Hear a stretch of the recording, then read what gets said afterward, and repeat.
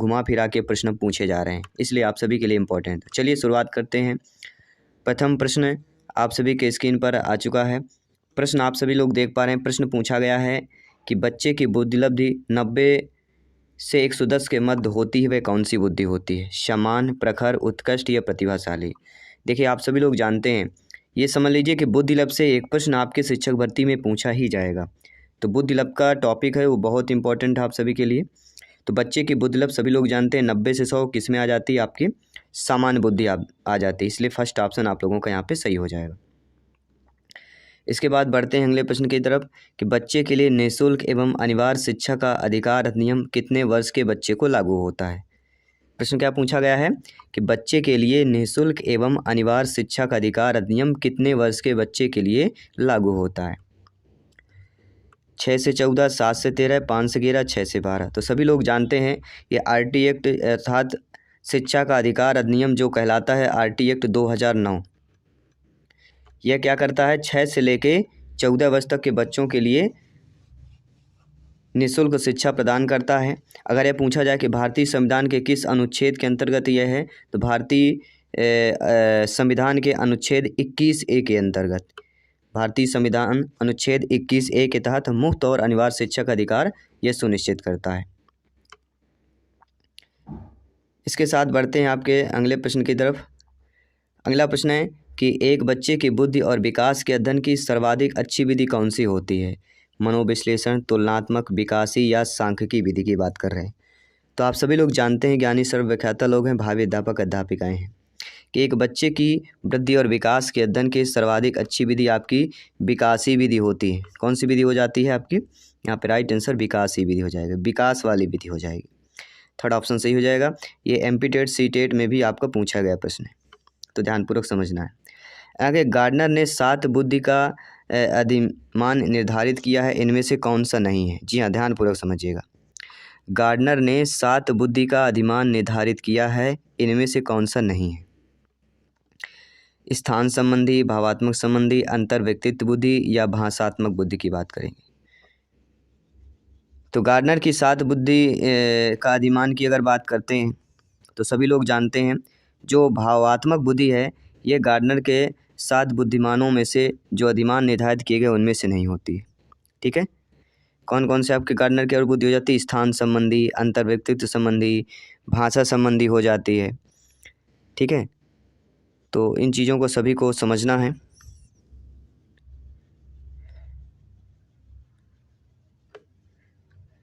इसके बाद बढ़ते हैं अगले प्रश्न की तरफ। अगला प्रश्न जो पूछा जा रहा है बहुत ही इंपॉर्टेंट प्रश्न है। इस प्रकार के एक प्रश्न पूछा ही जाता है, यदि एक बच्चे की मानसिक आयु 5 वर्ष है तथा उसकी वास्तविक आयु 4 वर्ष है तो उस बच्चे की बुद्धिलब्धि बताइए। 125, 80, 120 या 100 हो जाएगी। सभी लोगों को ध्यानपूर्वक बताना है, फीडबैक करके बताना है। यदि एक बच्चे की मानसिक आयु 5 वर्ष है तो वास्तविक आयु 4 वर्ष, तो उसकी बच्चे की बुद्धिलब्धि बताना है।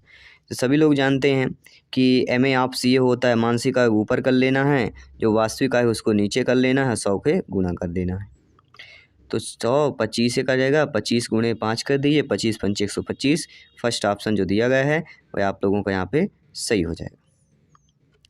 सभी समझ रहे हैं अच्छे तरीके से? बहुत बहुत धन्यवाद सभी का। सभी कमेंट कीजिएगा, सभी ब्रदर सिस्टर एंड टीचर्स जिनका सपना अध्यापक अध्यापिका बनना, शिक्षक बनना, जायसवाल सर आप सभी का अभिनंदन और स्वागत करते हैं।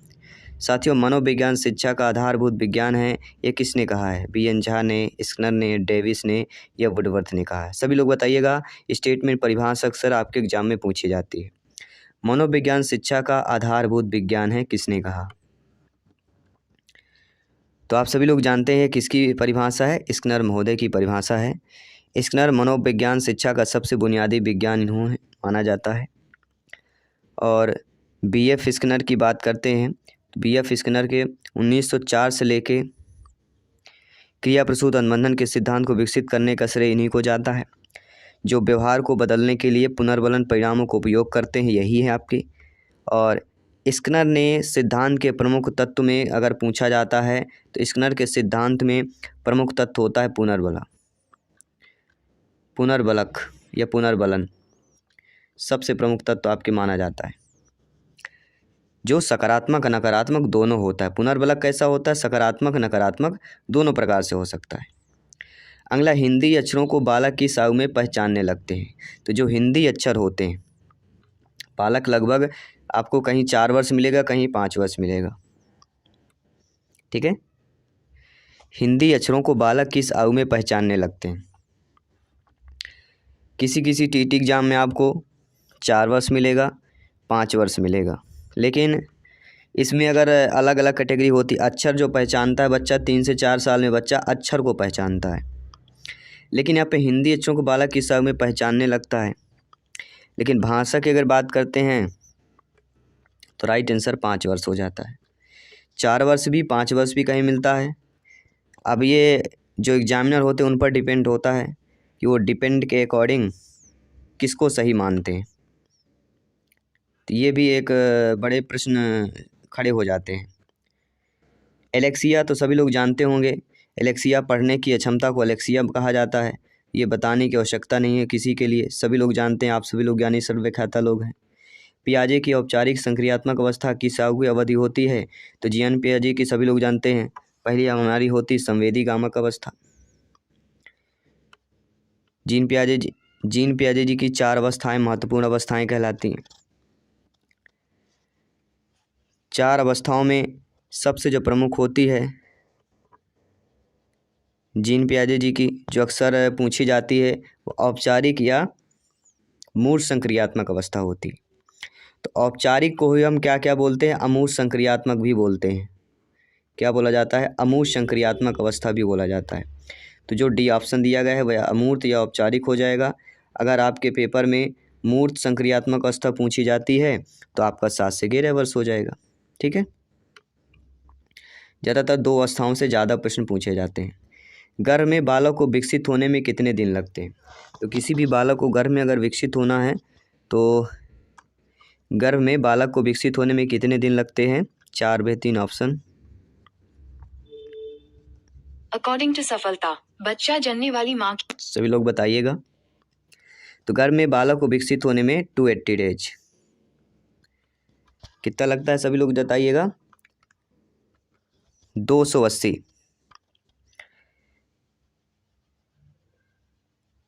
लगभग 40 हफ्ते के आसपास कह सकते हैं, अगर हफ्ते में आता है 40 से 42 हफ्ते।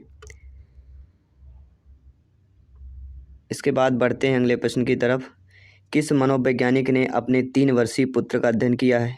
तो वह पेस्टोलॉजी कहलाते हैं। आपके शिक्षक भर्ती में आए हुए प्रश्न हैं, A to Z पूछे गए प्रश्न हैं। बालक का विकास होता है, तो जो बालक का विकास होता है सभी लोग जानते हैं सिर से पैर की होता है, जिसे हम सिराभिमुख सिद्धांत के नाम से भी जानते हैं। ये भी अक्सर कई रूपों में पूछा जाता है, कई नामों से आ जाता है। विकास के संबंध में गलत कथन चयन करें। तो विकास हमेशा सार्वभौमिक होता है, दिशा से पैर की ओर, वर्तुलाकार या विशेष से सामान्य की ओर। चारों को समझिएगा। विकास के संबंध में गलत कथन को बताना है। तो विशिष्ट से समान की ओर जो बढ़ता है यह विकास का गलत होगा, क्योंकि विकास सामान्य से विशिष्ट की ओर जाता है। किस प्रकार से जाता है विकास? विकास सामान्य से विशिष्टता की ओर जाता है, ना कि विशिष्ट से समान की ओर। इसलिए पहला जो गलत दिया गया है। इसके बाद है गर्भधान काल की अवस्था कौन सी इनमें से नहीं होगी? तो गर्भधान काल की अवस्था जो कहलाती है सभी लोग जानते हैं डिम्ब अवस्था, बीजाकरण, भ्रूणावस्था बोला जाता है, लेकिन शैशवावस्था नहीं बोला जाता है। तो फर्स्ट ऑप्शन नेगेटिव यहाँ पे हो जाएगा। इसके बाद बढ़ते हैं अगले प्रश्न की तरफ कि मानव जीवन की मनोभौतिक एकता क्या कहलाती है? तो मनोभौतिक एकता को ही हम क्या बोलते हैं? मन तथा शरीर के विकास, या मन तथा शरीर का, उसी को ही मनोभौतिक एकता बोला जाता है, मन तथा शरीर का विकास। फिर अगला है गर्भ में सर्वप्रथम किसका निर्माण होता है? तो गर्भ में सर्वप्रथम सिराभिमुख सिद्धांत आपने पढ़ा होगा, सिर से पैर की तरफ, तो सर्वप्रथम सिर का निर्माण होता है। इसके बाद है कि जन्म के समय शिशु में कितनी हड्डियां होती हैं? तो देखा जाए जन्म के समय शिशुओं में हड्डियां लगभग तो 270 के आसपास माना गया है। कई पेपर कई एग्जाम में पूछा गया प्रश्न है कि जन्म के समय शिशु में कितनी हड्डियां होती हैं। A to Z आपसे बनना चाहिए। और यह धीरे धीरे वयस्कतावस्था में 206 हड्डियाँ ही बचती हैं। जब बच्चे वयस्क अवस्था में आते हैं तो धीरे धीरे 206 हड्डियाँ ही बचती हैं।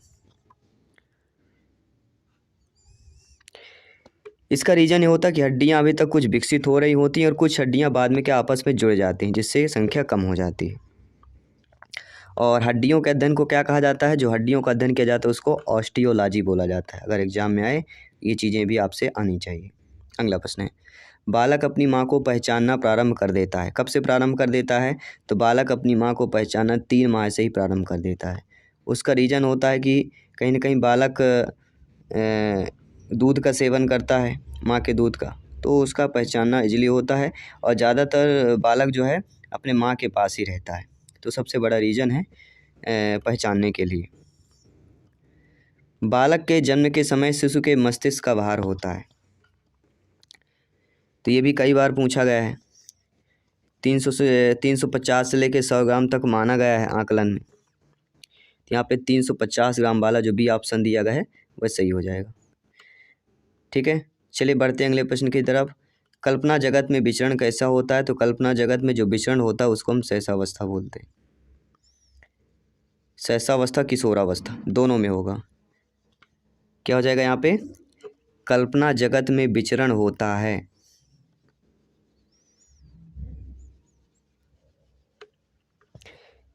तो कल्पना जगत में विचरण की अगर बात करते हैं तो कहीं ना कहीं सहसावस्था होता है, लेकिन कहीं कहीं आपको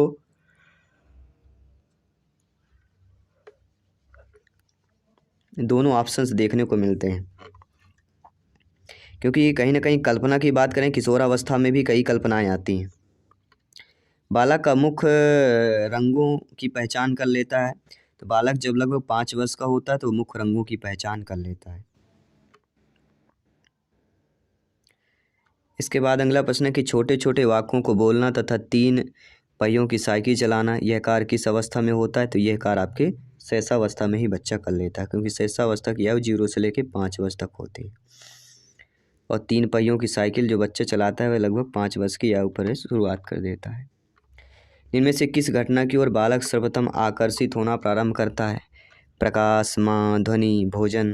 तो सर्वप्रथम बालक जो है सर्वप्रथम जिस घटना की ओर प्रारंभ में शुरुआत करता है वह घटना आपकी प्रकाश की घटना कहलाती है। किसकी घटना? प्रकाश। First option is the right answer. किसी भी प्रश्न पर डाउट है बेफिक्र आप लोग कमेंट कर सकते हैं, फीडबैक कर सकते हैं। बालक की जिज्ञासा को क्या करना चाहिए? तो बालक की जो जिज्ञासा होती है उसको हमेशा शांत रखना चाहिए, शांत करना चाहिए। इसके बाद बढ़ते हैं अगले प्रश्न की तरफ कि भारत में बाल विकास की शुरुआत कब हुई है? ये बहुत ही बड़ा इंपॉर्टेंट प्रश्न है कि भारत में बाल विकास की शुरुआत कब हुई। तो भारत में बाल विकास की शुरुआत आपको अनेकों देखने को मिलेंगे, लेकिन यह C-TET में आया हुआ प्रश्न था। और भारत में अगर बाल विकास की बात करते हैं तो ज़्यादातर आपका 1975 दिया रहता है, 2 अक्टूबर 1975। और इसके पहले अगर पूछा जाता 1930 करना है। अगर 1975 नहीं दिया रहता तो आपको फिर 1930 वाले ऑप्शन में करना है। और जब एकीकृत बाल विकास योजना की बात करते हैं तब आपका 2 अक्टूबर 1975 आता है। तो दोनों चीज़ें आपको समझना ज़रूरी है एग्ज़ाम के दृष्टि से देखा जाए तो।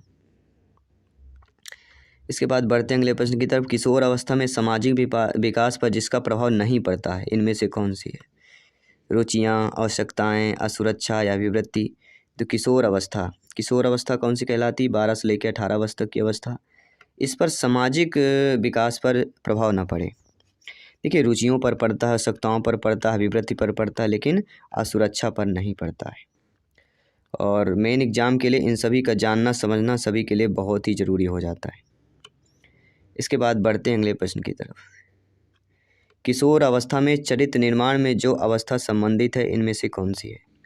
देखिए, किशोर अवस्था में चरित्र निर्माण की बात की जा रही है तो किशोर अवस्था में चरित्र निर्माण जो अवस्था संबंधित है वह आपका आधारहीन आत्मचेतना की अवस्था आपने पढ़ा भी होगा। क्या पढ़ा है? आधारहीन आत्मचेतना की अवस्था। और अगर हम इस अवस्था की अगर जिक्र करते हैं तो ये अपने आश्रित विचार और अपने अनुभव के प्रति जागरूक से संबंधित होता है, या कह सकते हैं अपने आप को जानना और अनुभव करने की क्षमता को ही हम आधारहीन आत्मचेतना की अवस्था बोल सकते हैं।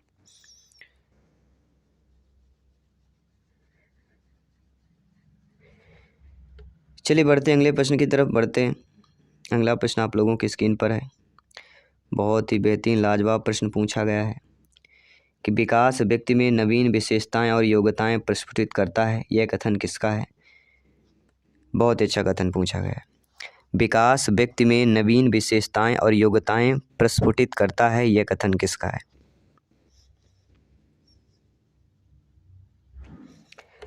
तो यह हमारे हरलाख महोदय जी का है, क्योंकि व्यक्ति में जो नवीन विशेषताएं होती हैं और योग्यताएं होनी, प्रस्फुटित होना यानी विस्फोट होना, निकलना, ये हरलाख महोदय जी कहना है। और हर व्यक्ति को ये चीज़ें लाख कर लेना चाहिए। किशोरावस्था एक नया जन्म है, इसमें उच्चतर और श्रेष्ठतर मानव विशेषताओं जन्म लेता है, यह कथन किसका है? किशोरावस्था एक नया जन्म है, इसमें उच्चतर और श्रेष्ठतर मानव विशेषताओं का जन्म होता है, यह कथन किसका है? इम्पोर्टेंट कथन है, ध्यान दीजिएगा। तो स्टेनले हॉल का कथन हो जाता है, ये भी कई बार पूछा गया आपके एग्जाम में। ए टू जेड आपको समझ के चलना है, एक एक क्वेश्चन आप सभी के लिए इम्पोर्टेंट है। अगला प्रश्न क्या पूछा जा रहा है? किशोरावस्था आदर्शों की अवस्था है, सिद्धांतों के निर्माण की अवस्था है, साथ ही जीवन का सामान्य संयोजन है, ये परिभाषा देने वाले कौन है? जी हाँ, किशोरावस्था आदर्शों की अवस्था है, सिद्धांतों का निर्माण है अवस्था है, साथ ही जीवन का सामान्य संयोजन है, ये परिभाषा किसने दिया?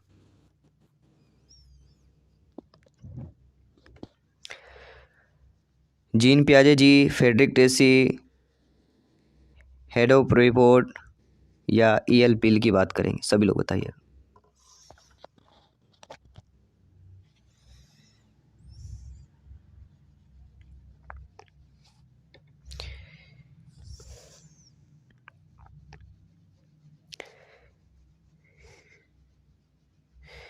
किशोरावस्था आदर्शों की अवस्था, ये कई बार पूछा गया, जिक्र हुआ है। किशोरावस्था आदर्शों की अवस्था है, सिद्धांतों के निर्माण की अवस्था है, साथ ही जीवन के समान संयोजन है, यह परिभाषा देने वाले कौन है?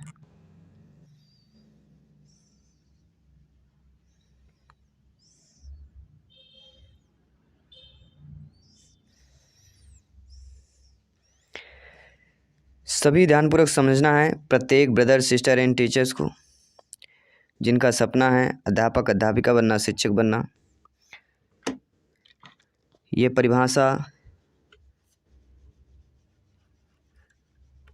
जो आपकी पूछी जा रही है, ये बहुत ही इम्पोर्टेंट परिभाषा है। किशोरावस्था आदर्शों की अवस्था है, सिद्धांतों को निर्माण की अवस्था है, साथ ही जीवन का सामान्य संयोजन है, परिभाषा देने वाले हैं। सभी लोग ध्यानपूर्वक समझ के बताइए।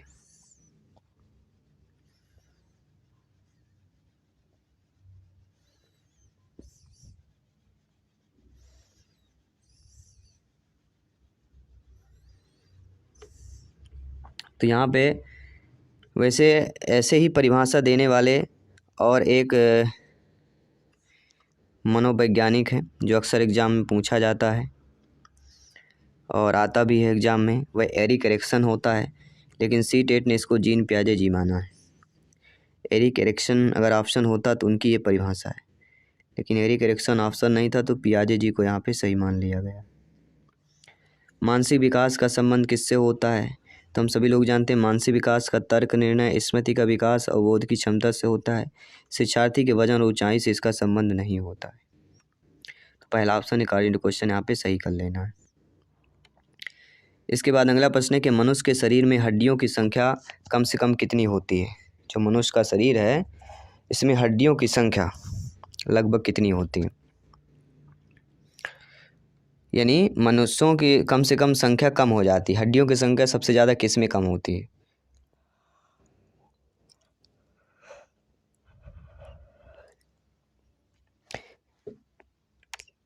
मनुष्यों के शरीर में हड्डियों की संख्या कम से कम होती है? किस उम्र में कम से कम होती है? वह कहलाती प्रौढ़ावस्था। थोड़ा इंतज़ार करते हैं आप सभी के लिए कि आप लोग कमेंट कितनी देर से कर पाते हैं, कितना कमेंट आप लोग कर पा रहे हैं। किशोरावस्था की प्रमुख समस्या बताइएगा। तो सभी लोग जानते हैं समायोजन की अवस्था होती। चलिए बढ़ते हैं, अगले प्रश्न की तरफ चलते हैं। अगला जो प्रश्न पूछा जा रहा है और भी इम्पोर्टेंट है, किशोरावस्था बड़े संघर्ष, तूफान और विरोध की अवस्था है, किसने कहा है? ये लगभग ऐसा कोई शिक्षक भर्ती के एग्जाम न हो गए कि आपका स्टेटमेंट परिभाषा न पूछी गई हो। किशोरावस्था बड़े संघर्ष, तूफान और विरोध की अवस्था है, किसने कहा?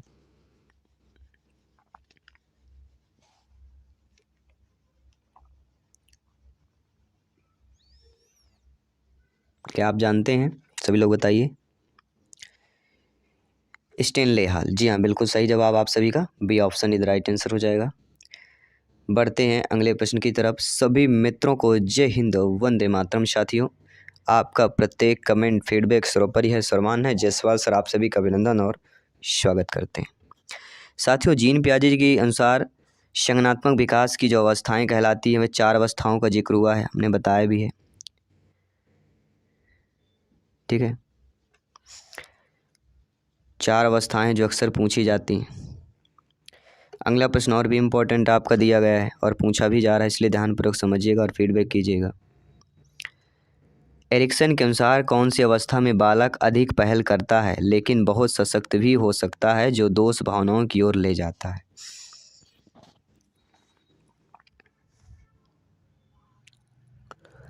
सभी लोग बताइए, सभी लोग बताइएगा। सभी लोग 4 बेहतरीन लाजवाब ऑप्शन दिए गए हैं।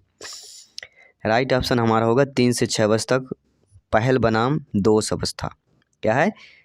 एरिक्सन के अनुसार वह अवस्था है 3 से 6 वर्ष बालक अधिक पहल करता है, पहल बनाम दोष अवस्था के नाम से जाना जाता है। तो पहल बनाम दोष अवस्था एरिक एरिक्सन, याद रखिएगा, आने वाले एग्जाम के दृष्टि से सभी के लिए इम्पोर्टेंट है। मानसिक विकास को प्रभावित करने वाला कौन सा कारक नहीं? मानसिक विकास को प्रभावित करने वाला कारक नहीं है। देखिए, परिवार का वातावरण प्रभावित करेगा, परिवार की मानसिक और परिवार की आर्थिक, परिवार की जो कोई भी चीज़ होगा बालक के मानसिक पर पड़ेगा, लेकिन धार्मिक वातावरण पे नहीं करता कि किस धर्म और जाति से। ये मानसिक विकास बच्चे का धर्म से कोई प्रभावित नहीं पड़ता है, और धर्म पेडागोजी में निगेटिव माना गया है, कोई इफेक्ट नहीं है। नैतिक तर्क का अवस्था सिद्धांत किसने स्पष्ट किया है? तो नैतिक तर्क की अवस्था का सिद्धांत सभी लोग जानते हैं, कोहलबर्ग। जब भी नैतिकता का जिक्र होगा, नैतिक शब्द का जिक्र होगा, कोहलबर्ग का नाम हमेशा सर्वोपरि लिया जाता है, सर्वप्रथम आगे आता है। अगला प्रश्न है कि वंशानुक्रम से संबंधित प्रयोग में चूहों पर किसने प्रयोग किया था? जी हाँ, सबसे बड़ा इंपॉर्टेंट प्रश्न है अभी तक मनोवैज्ञानिकों सिद्धांत में। वंशानुक्रम से संबंधित प्रयोग चूहों पर किसने किया? तो यहाँ पे चूहों पर विलियम्स मैकडॉगल थे, इन्होंने प्रयोग किया था। कौन थे? Williams McDougall. यहाँ ऑप्शंस पे नहीं दिया गया है, ठीक है।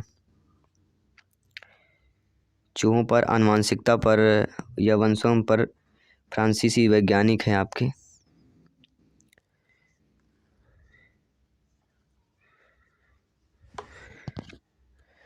बढ़ते हैं अगले प्रश्न की तरफ। अगला प्रश्न आ चुका है कि कौन सा ऊर्जावान मित्रवत बालक का लक्षण नहीं है? तो मित्रवत बालक की अगर बात करते हैं तो खुश मिजाज होना, यह कोई ऊर्जावान मित्रवत का नहीं है। सामाजिक होना चाहिए, आसानी से चिढ़ने वाला बालक या ऊर्जा का उच्च स्तर पर बालक। तो आप सभी लोग जानते हैं जो ऊर्जावान मित्रवत बालक का लक्षण नहीं है वह आसानी से चिढ़ने वाला, ये नेगेटिव दिया गया है, इसलिए हम इसको मानेंगे। जो नेगेटिव दिया रहे, माँ की ऊर्जा का स्तर हो, सामाजिक, खुश मिजाज हो, अच्छा रहेगा। आप बोलेंगे सर खुश मिजाज को पहले ही आपने गलत बताया है, ठीक है। तो यही चीज़ हम आपको सिखाना चाहते हैं कि पहले सभी ऑप्शन को पढ़िए, इसके बाद चयन करिए कि कौन सा सही होगा चाहे गलत। आपको पता है इसका आंसर सही है, लेकिन फिर भी सभी ऑप्शन को पढ़िए। हो सकता है नेगेटिव, नकारात्मक, पॉजिटिव दिए रहते, वही अक्सर गलती होती। सभी ऑप्शन को पढ़ना जरूरी है। किशोरावस्था प्रारंभ होता है तो उस किशोरावस्था की बात करेंगे। सभी लोग जानते हैं 12 से लेकर 18 वर्ष तक, तो प्रारंभ 12 वर्ष में होता है और अंत 18 में होता है। प्रारंभ 12 और अंत में 18, तो दोनों चीज़ें, प्रारंभिक और अंत दोनों चीज़ें आप सभी को पता होना चाहिए।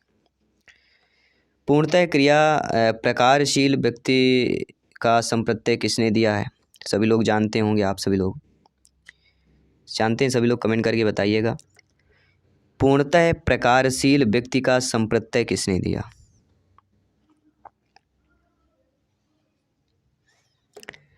तो हम बात करेंगे कार्ल रोजर्स की बात करेंगे। फर्स्ट ऑप्शन इधर राइट आंसर हो जाएगा। किसी भी प्रश्न पर डाउट है बेफिक्र आप लोग कमेंट कर सकते हैं, फीडबैक कर सकते हैं। जायसवाल सर आप सभी का अभिनंदन, स्वागत करते हैं। अगला प्रश्न देखिएगा और समझकर उत्तर दीजिएगा। निम्न में से किसने बच्चों में वस्तु स्थैर्य के विकास को समझने में सहायता की? देखिए, जब भी वस्तु स्थैर्य की बात की जाती है तो जिन वस्तु स्थैर्य मतलब स्थायित्व की बात कर रहे हैं, ऑब्जेक्ट पर परमानेंस की बात करेंगे। तो हम किसकी बात करेंगे? जीन पियाजे जी, सभी लोग जानते हैं, समझते हैं। इसके साथ हम बढ़ते हैं अगले प्रश्न की तरफ। अगला प्रश्न और भी इम्पोर्टेंट है। सूर बच्चे के साथ साथ चलता है, उसके मुड़ने का अनुकरण करता है और बच्चे की बात सुनता है। यह कथन बालक के किस लक्षण की ओर इंगित करती है?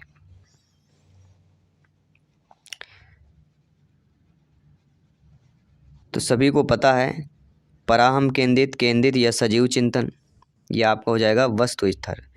देखिए, अगर इसमें अगर बच्चा चल रहा है सूर्य के साथ और उसके मुड़ने का अनुकरण कर रहा है और बच्चे की बात सुनता है, तो कहीं ना कहीं सजीव चिंतन हो जाएगा। जो थर्ड वाला ऑप्शन दिया गया वह आप सभी के लिए सही हो जाएगा। यहाँ पे बढ़ते अगले प्रश्न की तरफ। किसने यह दावा किया कि सभी भाषाओं में होने वाले कुछ सार्वभौमिक गुण जन्मजात होते हैं? किसने किया? सभी लोग बताइएगा। किसने यह दावा किया कि सभी भाषाओं में होने वाले कुछ सार्वभौमिक गुण जन्मजात होते हैं?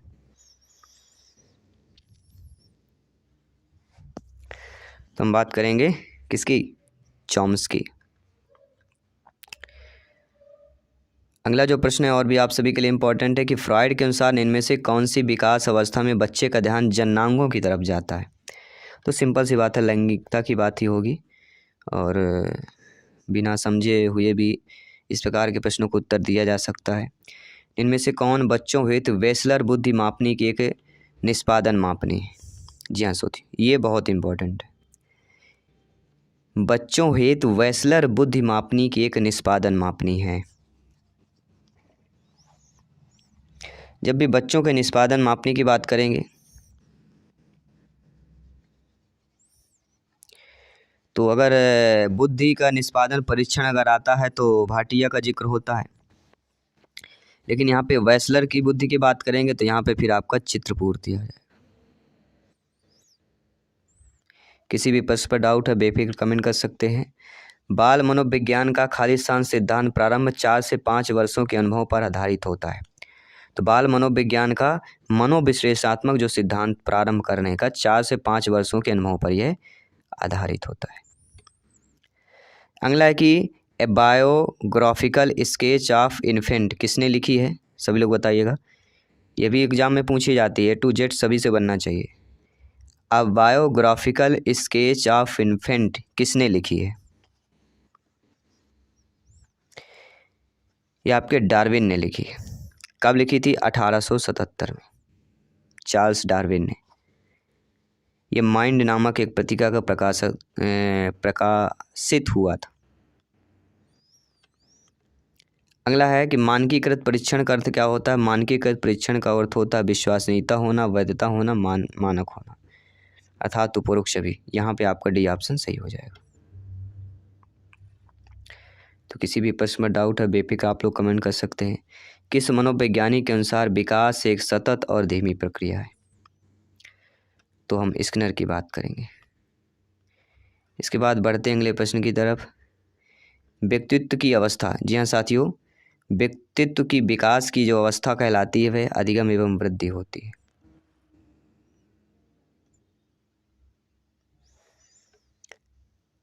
अगला जो प्रश्न है कि विकास में वृद्धि से तात्पर्य क्या होता है? तो आकार, सोच, समझ के कौशल में वृद्धि होने को ही हम विकास में वृद्धि कहते हैं। एक चीज़ में वृद्धि नहीं, आकार, सोच, समझ, इन सभी में वृद्धि होना।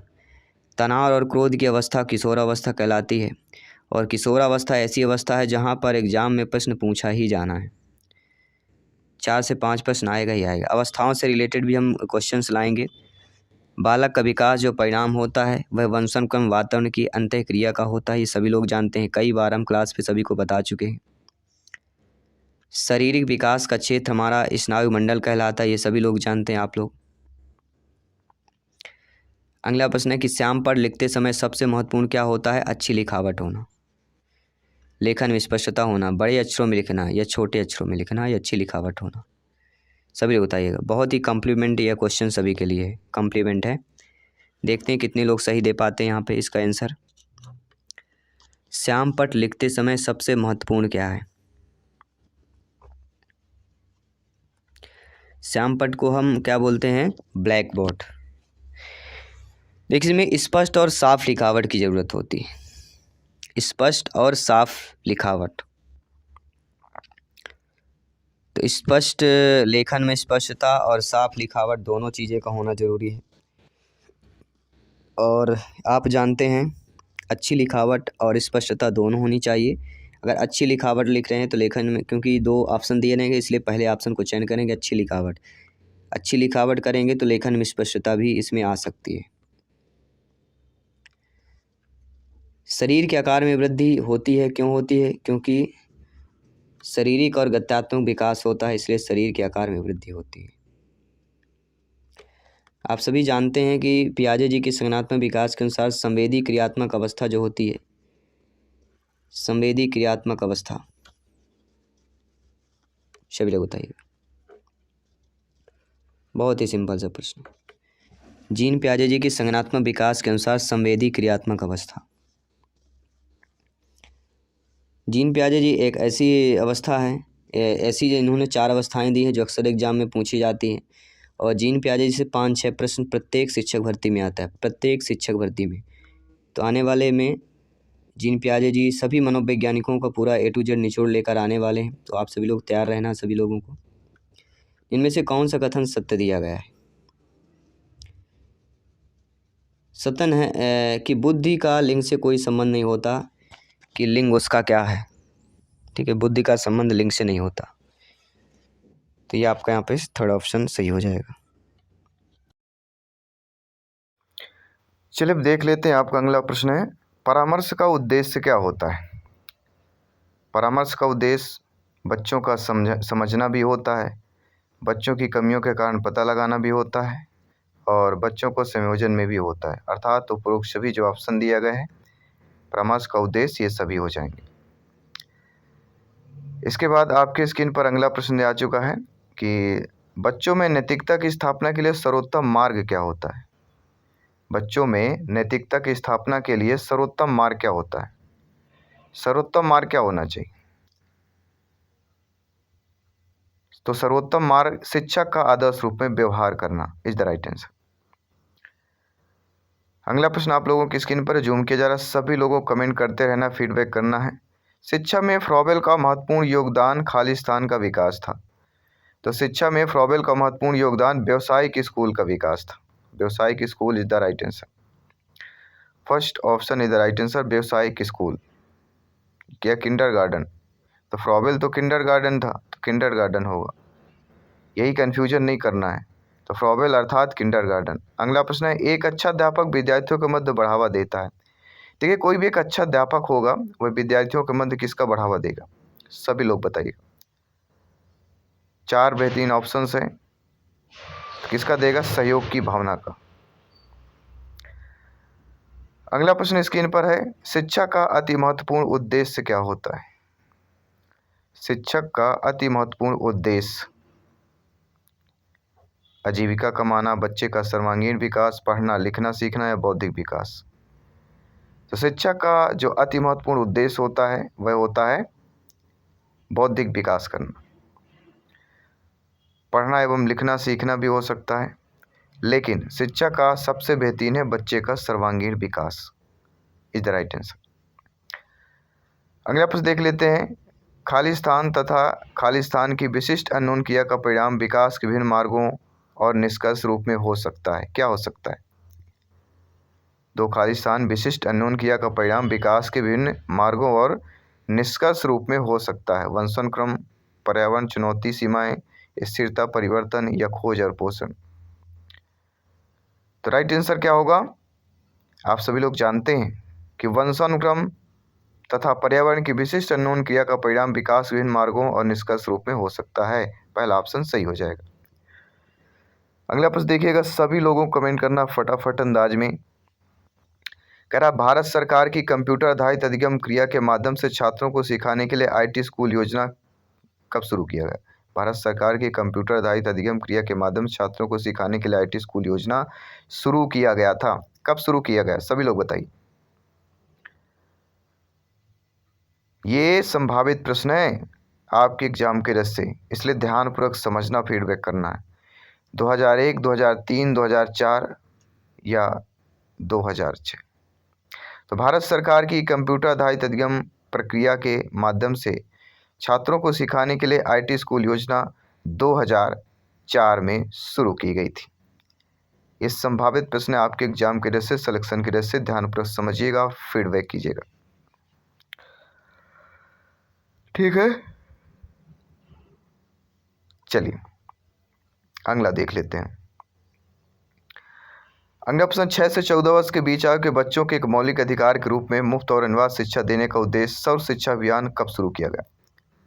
6 से 14 वर्ष के बीच आयु के बच्चों के एक मौलिक अधिकार के रूप में मुफ्त और अनिवार्य शिक्षा देने के उद्देश्य सर्व शिक्षा वर्ष शुरू किया गया। तो सर्व शिक्षा अभियान आपने देखा होगा, स्कूलों में एक पेंसिल के ऊपर लिख दिया जाता था, बालक को बैठा दिया था। चित्रकारिता कब हुई थी? ध्यान न करिए। जी हाँ, सभी लोग बताइएगा।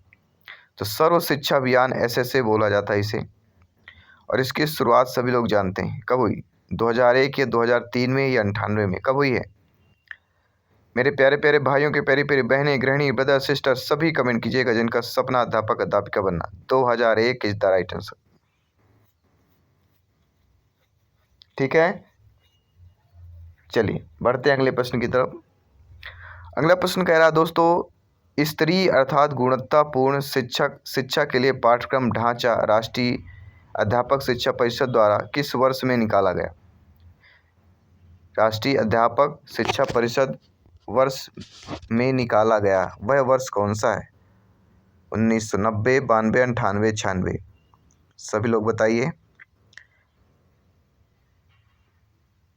एनसीटीई के अकॉर्डिंग देखा जाए, राष्ट्रीय अध्यापक शिक्षा परिषद एनसीटीई 1998 में इसे निकाला गया था। तो 1998 इज द राइट आंसर। हो सकता है आप में से किसी का डेट ऑफ बर्थ भी 1998 हो सकता है, ठीक है ना। तो एनसीटीई के बारे में अक्सर एग्जाम में पूछा जाता है कि राष्ट्रीय गुणवत्तापूर्ण शिक्षा के पाठ्यक्रम ढांचा राष्ट्रीय अध्यापक शिक्षा परिषद 1998, याद रखिएगा। निम्नलिखित में से कौन सा महत्वपूर्ण प्रभाव शिक्षण की प्रभावकारिता पर निर्भर करती है? ऐसा प्रभाव जो शिक्षण की प्रभावकारिता पर निर्भर करे वो शिक्षक के विषय की समझ शिक्षक को जरूर होना चाहिए। अगला प्रश्न है, शिक्षक निम्नलिखित में के लिए शिक्षण संबंधी सहायता सामग्री का उपयोग करते हैं, कौन सी करते हैं? शिक्षक निम्नलिखित के लिए शिक्षण संबंधी सहायता सामग्री का उपयोग करते हैं। प्रभावित, रोचक, एकाग्रचित। तो प्रभाव शिक्षण को रोचक बनाने के लिए किया जाता है। सभी ब्रदर सिस्टर कमेंट करिए जिनको भी टॉपर नोट्स चाहिए। टॉपर नोट्स प्राप्त करने आज ही व्हाट्सएप करें 9630689598। यदि बुलाए जाने पर कुछ छात्रों के माता पिता अभिभावक आकर शिक्षक से नहीं मिलते हैं तो शिक्षक को क्या करना चाहिए? और ऐसा होता है तो जाकर उनसे अर्थात शिक्षक को खुद मिलना चाहिए। अगला, किसी पठन सामग्री को एक रूप में पढ़ना, खाली स्थान पढ़ाई के रूप में जाना जाता है। देखिए, किसी भी पठन सामग्री को अगर एक रूप में पढ़ते हैं तो उस किस पढ़ाई के रूप में? एक रूप में पढ़ना अर्थात क्या हो जाएगा? एक रूप में पढ़ना अर्थात किससे संबंधित हो जाएगा? तो वह हो जाएगा पढ़ाई के रूप में माना जाता है। बंटित, समूह, अंतरालित, इनमें से कोई नहीं। तो एक रूप में पढ़ना इनमें से कोई नहीं होगा, ना बंटित, समूहित, अंतरालित, कोई भी नहीं होगा। अगला प्रश्न है, पाठचर्या निर्माण को कार्य माना जाता है। कोई भी जब पाठचर्या निर्माण किया जाता है तो उस पाठचर्या निर्माण की जो प्रक्रिया होती है उस कार्य को क्या बोलते हैं? उस कार्य को एक अत्यधिक विशेषज्ञता कार्य बोला जाता है। अगला, विद्यार्थियों की प्रशंसा की जानी चाहिए। तो विद्यार्थियों की जो प्रशंसा की जाती है लोगों के बीच की जानी चाहिए, क्योंकि इससे मोरल मोटिवेशन मिलता है बच्चों को। अगला, निम्नलिखित में से क्या उस खांचे या रेंज को सूचित करता है जिसके भीतर किसी योग्यता या गुण के लिए किसी व्यक्ति में प्रवीणता का स्तर का फैसला किया जाता है? निम्नलिखित में से क्या उस खांचे रेंज को सूचित करता है जिसके भीतर किसी योग्यता गुण के किसी व्यक्ति की प्रवीणता स्तर का फैसला किया जाता है? तो किसी भी व्यक्ति की प्रवीणता स्तर का फैसला किससे करते हैं? ग्रेड से, अंक से, दोनों से, या किसी से नहीं? तो आप सभी लोग जानते हैं किसी भी व्यक्ति की प्रवीणता का स्तर का जो फैसला होता है, योग्यता या गुण दिया गया ना व्यक्ति की प्रवीणता, तो grade is the right answer. अगला प्रश्न है, अनुसंधान से पता चलता है कि हमारी पढ़ाई कितने हिस्सा दृश्य और श्रव्य अंगों के माध्यम से ग्रहण किया जाता है? देखिए, लगभग 85% अनुसंधान से पता चला है कि हमारी पढ़ाई का 85% हिस्सा दृश्य और श्रव्य अंगों के माध्यम से ग्रहण किया जाता है। अगला प्रश्न है, वर्ग कक्षा के माहौल में एक सकारात्मक पढ़ाई वातावरण स्थापित और मजबूत करने के अधिकार को निश्चयात्मक अनुशासन बढ़ावा नहीं देता, बढ़ावा देगा। इससे कुछ लेना देना नहीं, किसकी ज़रूरत ना हो, तो बढ़ावा देता है। क्या होगा? बढ़ावा देना इज द राइट आंसर हो जाएगा। अगला प्रश्न, जब किसी शिक्षक पर प्राधिकारी हावी होते हैं तो उसे अन्य कार्य के लिए विवश किया जाता है, तो उसकी क्षमता क्या होगी? उसकी क्षमता घटेगी। छात्रों के सही मूल्यांकन के लिए निम्नलिखित में से किस विधि का प्रयोग किया जाना चाहिए? रचना सतत मूल्यांकन इज द राइट आंसर। आप सभी लोग जानते समझते हैं, ज्ञानेश्वर व्याख्याता लोग हैं कि एक शिक्षक को समाज में सम्मान मिलना चाहिए जब वह, किसी भी शिक्षक को सम्मान कब मिलना चाहिए? जब वह एक आदर्श जीवन जीता हो, निष्ठापूर्ण ड्यूटी करता हो या प्रभावी तरीके से। तो उपरोक्त सभी इज द राइट आंसर। इसके बाद अगला प्रश्न है, निम्नलिखित में से किसे आप अधिगम की सबसे उचित परिभाषा मानेंगे? समस्याएं हल करना, विशिष्ट हुनर का हिस्सा, आचरण संबंधी प्रकार, इनमें से कोई नहीं। तो राइट आंसर क्या होगा? अधिगम की सबसे उचित परिभाषा पूछी जा रही है। तो अधिगम की सबसे उचित परिभाषा बताइए सभी प्यारे में, सभी शिक्षक बंधु जिनका सपना है अध्यापक अध्यापिका बनना, शिक्षक बनना। निम्नलिखित में से किसे आप अधिगम की सबसे उचित परिभाषा, समस्याएं हल कर देना, इनमें से कोई नहीं होगा, क्योंकि अधिगम की परिभाषा कोई परिभाषित नहीं कर पा रहा। कोई व्यक्ति एक प्रभावकारी तरीके से एक हुनर कैसे सीख सकता है? कोई भी व्यक्ति तो खुद करके सीख सकता है। हुनर अपने आप में होती है, खुद करके होती है। वर्णमाला की पहचान किस आयु में शुरू हुई थी? तो लगभग 3 वर्ष की आयु में शुरू हो गई थी। वर्णमाला की पहचान बच्चा जो है किस आयु में शुरू कर देता है?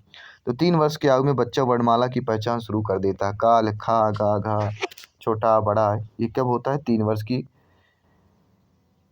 शुरुआत जो है 3 वर्ष में बच्चा शुरू कर देता है। अगला प्रश्न, विद्यार्थियों में सामाजिक विकास विकसित करने हेतु एक अध्यापक को चाहिए कि वह जाने। तो विकास विकसित करना है तो उसके लिए अध्यापक को क्या चाहिए? विद्यार्थियों को व्यक्तिगत रुचि को, विद्यार्थियों के शारीरिक विकास, सभी, या विद्यार्थियों के, कौन सा आंसर सही होगा? सभी लोग बताइए।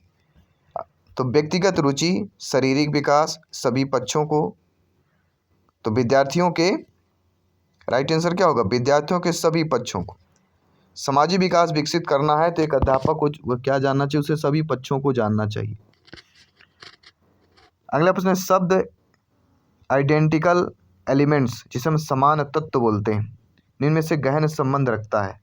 समान परीक्षा, सहयोगी, ईर्षा से, अधिगम स्नातक से, या समूह निर्देशन से? तो आइडेंटिकल एलिमेंट्स जो होता है, समान तत्व जो होता है, किससे गहन संबंध रखता है? तो ये आपके सभी लोग बताइएगा, अधिगम स्थानांतरण। अधिगम स्थानांतरण जो होता है ये समान तत्व गहन संबंध रखता है, क्योंकि आइडेंटिकल एलिमेंट्स की बात की जा रही है। तो समान परीक्षा से ईर्षा हो नहीं सकता, समान परीक्षा नहीं हो सकती, समूह निर्देशन नहीं होता, समान तत्व क्या होगा? अधिगम स्थानांतरण। तो सी ऑप्शन जो दिया गया वह सही हो जाएगा। बाकी सभी कमेंट करते रहिएगा, सभी क्लासेस चल रही हैं, सभी तैयारी करिए, बेहतरीन प्रिपरेशन कीजिए, क्योंकि इस बार टीटी एग्जाम को फतेह करना ही करना है। अगला प्रश्न है, स्फूर्ति अवस्था कहा जाता है। जो स्फूर्ति की अवस्था होती है किसे बोलते हैं? वह बाल्यावस्था को बोलते हैं।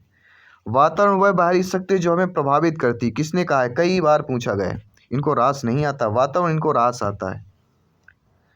संवेदना ज्ञान की पहली सीढ़ी है, किसने कहा है? कई बार पूछा गया है। संवेदना ज्ञान की पहली सीढ़ी है, यह कथन किससे संबंधित हो जाती है? मानसिक विकास। अगला प्रश्न है, मानव विकास के संबंध में कौन सा कथन गलत दिया गया है? तो मानव विकास से संबंधित कथन को हम देखें और चर्चा करें तो विकास पूर्वानुमेय होता है, विकास समान से विशिष्ट होता है, बिल्कुल सही बात है। विकास रेखीय होता है, विकास निरंतर चलने वाली प्रक्रिया। तो गलत कथन का चयन करना। तो गलत आप जानते हैं कि विकास रेखीय होता है, गलत है। विकास एक रेखा में नहीं हो सकता, उतार चढ़ाव में होता है। शारीरिक विकास का क्षेत्र कौन कहलाता है? तो शारीरिक विकास का क्षेत्र स्नायुमंडल आपने पढ़ा होगा, मांसपेशियां भी हैं, तो उपरोक्त सभी हो जाएगा। इनमें से कौन सा वंशानुक्रम का निकाय नहीं है? तो वंशानुक्रम का निकाय कौन सा नहीं होगा? देखिए, समानता, भिन्नता, प्रत्यागमन, ये तीनों क्या है? वंशानुक्रम के निकाय है, लेकिन अभिप्रेरणा निकाय नहीं है। अगला प्रश्न है, 20वीं शताब्दी को बालक की शताब्दी कहा जाता है, यह कथन किसने कहा? यह कथन किसका दिया गया है? 20वीं शताब्दी को बालक की शताब्दी कहा जाता है, मुर्रे, एडलर, क्रोक्रो, जेबी वाटसन। तो 20वीं शताब्दी को बालक की शताब्दी किसने कहा है? कई बार पूछा गया है, कई बार रिपीट होता है। तो राइट आंसर क्या हो जाएगा? सभी शिक्षक बंधु कमेंट कीजिएगा, सभी ब्रदर सिस्टर। 20वीं शताब्दी को बालक की शताब्दी क्रोएम क्रो ने कहा। शताब्दी 2 बार आई है, क्रो क्रो 2 बार है, तो बस इस फार्मूले से बिल्कुल राइट आंसर आपका होने वाला एग्जाम में भी।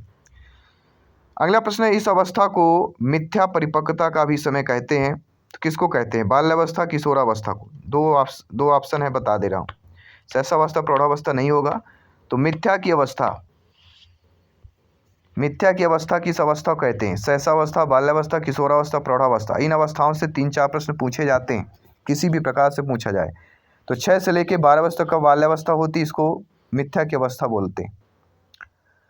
शैशवावस्था की विशेषता क्या नहीं होती है? निगेटिव मॉडरेट प्रश्न है, क्या नहीं होगा? देखिए, ये जानिए कि पहले शैशवावस्था की विशेषता होती क्या है। शरीर विकास की तीव्रता, दूसरों पर निर्भरता, नैतिकता का होना, मानसिक। तो नैतिकता का होना यह शैशवावस्था की विशेषता नहीं होती, क्योंकि शैशवावस्था में बच्चा नैतिकता का नहीं हो पाता है।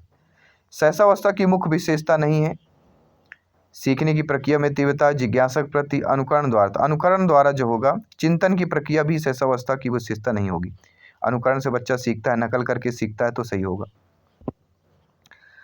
अगला प्रश्न है, किस मनोवैज्ञानिक के अनुसार विकास एक सतत और धीमी प्रक्रिया है? किस मनोवैज्ञानिक के अनुसार है? कॉल्सनिक, जीन पियाजे जी, स्किनर या हॉरलॉक? सभी लोग बताइए, किस मनोवैज्ञानिक के अनुसार विकास एक सतत और धीमी प्रक्रिया है? कई बार पूछा गया, कई बार रिपीट होता है।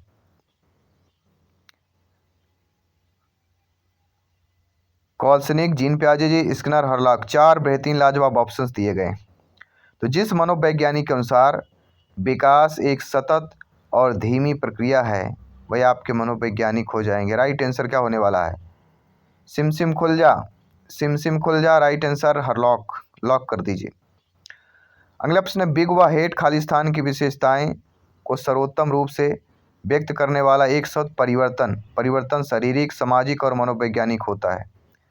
यह शैशवावस्था, बाल्यावस्था, किशोरावस्था क्या होगा? तो बिग वे, ये किशोरावस्था, प्रौढ़ावस्था भी दिया गया है।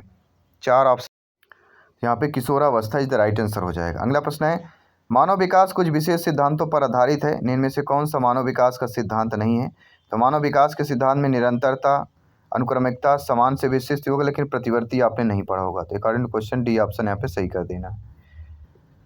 अगला प्रश्न आप लोगों की स्क्रीन पर है, स्क्रीन पर आ चुका है कि निचली कक्षाओं में खेल पद्धति मूल रूप से आधारित होती, जो निचली कक्षाएं होती हैं उनमें जो खेल पद्धति मूल रूप से किस पर आधारित होती है? विकास एवं वृद्धि के मनोवैज्ञानिक सिद्धांतों पर, शिक्षण के समाजशास्त्री सिद्धांत, शारीरिक शिक्षा या शिक्षण। तो निचली कक्षाओं में खेल पद्धति मूल किस रूप से आधारित होती है? निचली कक्षाओं यानी प्राइमरी लेवल कक्षा की बात की जा रही है। तो विकास वृद्धि के मनोवैज्ञानिक सिद्धांतों पर, पहला ऑप्शन सही हो जाएगा।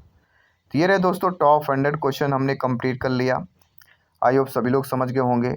सारा कंक्लूजन इंपॉर्टेंट है। कई बार ये प्रश्न पूछे जाते थे, रिपीट होते थे, इसलिए पूछना बहुत ज़रूरी था। तो सभी लोग ध्यानपूर्वक समझिए, सभी क्लास को अटेंड कीजिए। सभी मित्रों को जय हिंद, वंदे मातरम। साथियों ये बेहतरीन है, 25+ आपके अंक का अवश्य अंक पक्का करेंगे। मिलते हैं अगली क्लास पर।